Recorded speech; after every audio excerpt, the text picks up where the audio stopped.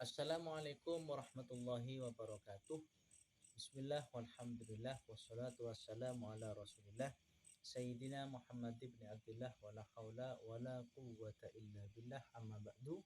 Sebelumnya yang saya hormati pengasuh Pondok Pesantren Zainul Hasan Genggong, yakni Kiai Haji Muhammad Hasan Mutawakkil Allah SHMM, dan juga yang saya hormati Rektor Universitas Islam Zainul Hasan Genggong, yakni Profesor Dr. Abdul Aziz Wahab MAG. Dan juga yang saya hormati dosen pengampu mata kuliah peradaban Islam, yakni Ibu Nur Fatimah MPD. Dan juga tidak lupa kepada teman-teman mahasiswa-mahasiswi Universitas Islam Zainul Hasan Genggong, Fakultas Tarbiyah Prodi PGMI yang sangat saya sayangi. Alhamdulillah, pada kesempatan kali ini kami akan mempresentasikan mata kuliah peradaban Islam dengan tema Perang Salib. Dari itu, jangan kemana-mana, tetaplah bersama kami. Baiklah teman-teman, nah kami akan mempresentasikan Perang Salib. Apa itu Perang Salib?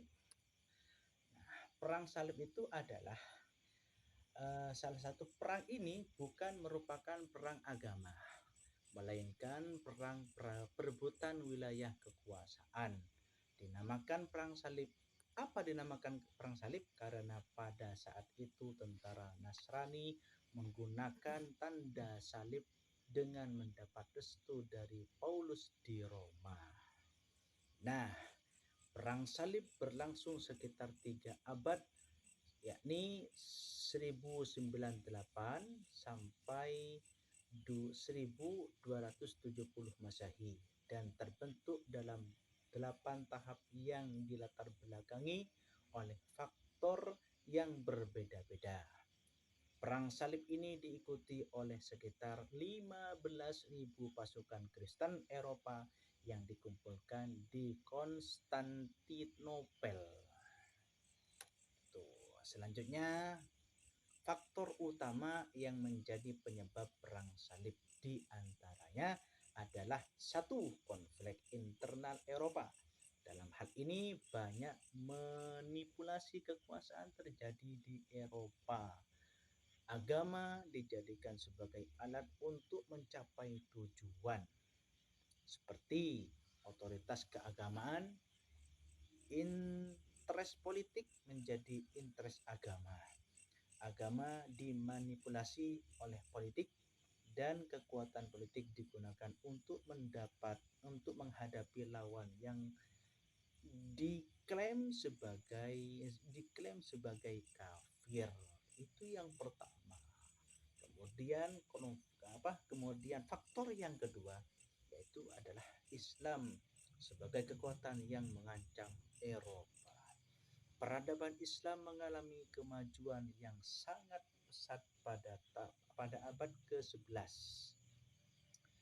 Kemajuan dapat terlihat dan dari bidang arsitektur,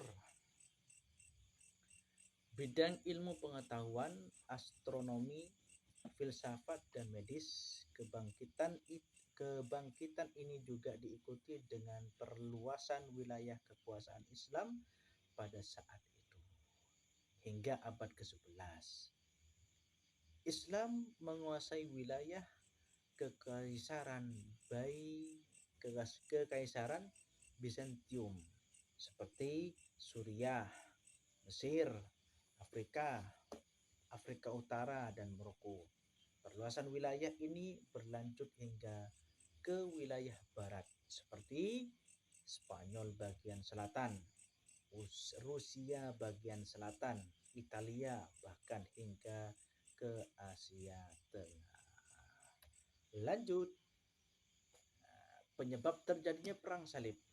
Di sini ada beberapa hal yang menyebabkan Perang Salib itu. Yang pertama, keberadaan Yerusalem. Maksudnya sebelum terjadinya Perang Salib, Yerusalem berada di bawah kekuasaan siapa? Kekuasaan Islam yakni dinasti Fatimiyah.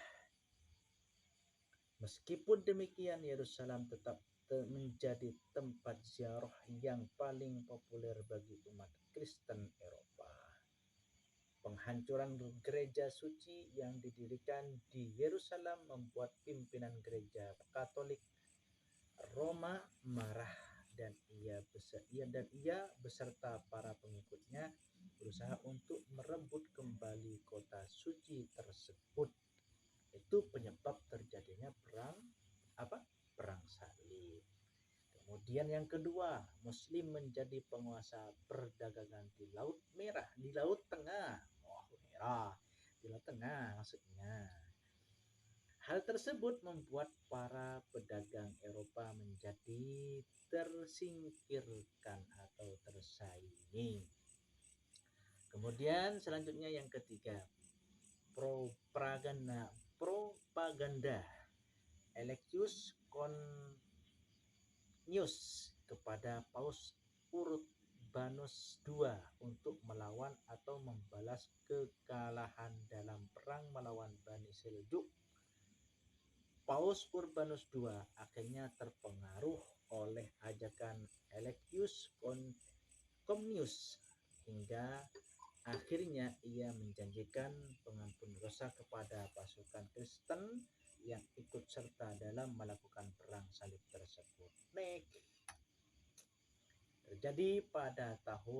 Perang salib terjadi pada tahun 1097 sampai 1099.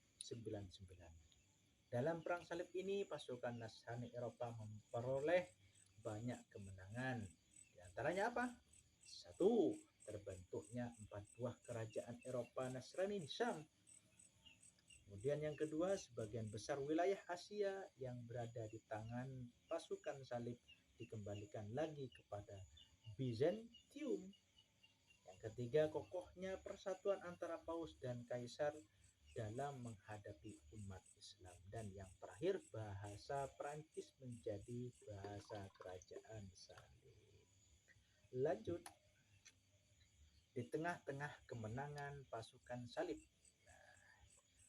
di tengah-tengah kemenangan pasukan salib muncul Islam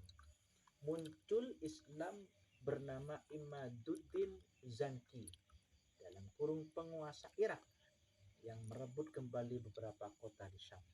Angkatan perang salib yang dipimpin oleh Louis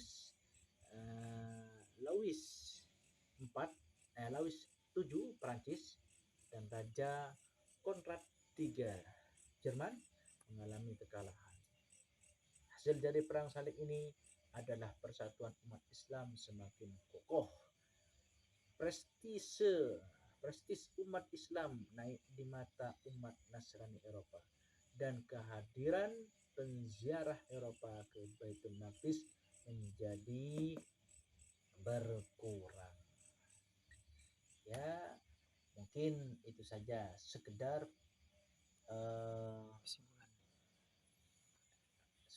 kesimpulan mungkin ya. Ini di sini kesimpulannya, perang salib adalah serangkaian konflik panjang antara Kristen Eropa dan dunia Islam untuk menguasai Yerusalem yang secara militer gagal bagi Eropa dalam jangka panjang, tetapi secara signifikan mengubah politik, ekonomi, dan budaya kedua peradaban, mempererat ketegangan agama, mempercepat perkembangan militer dan perdagangan Eropa, serta memperkuat identitas politik dan keilmuan Islam, meninggalkan warisan kompleks berupa konflik dan pertukaran budaya yang mempengaruhi dunia hingga saat ini. Mungkin teman-teman, itu saja presentasi singkat dari Al-Fakir Muhammad Sahla. Kurang lebihnya al-afwu minkum. Assalamualaikum warahmatullahi wabarakatuh.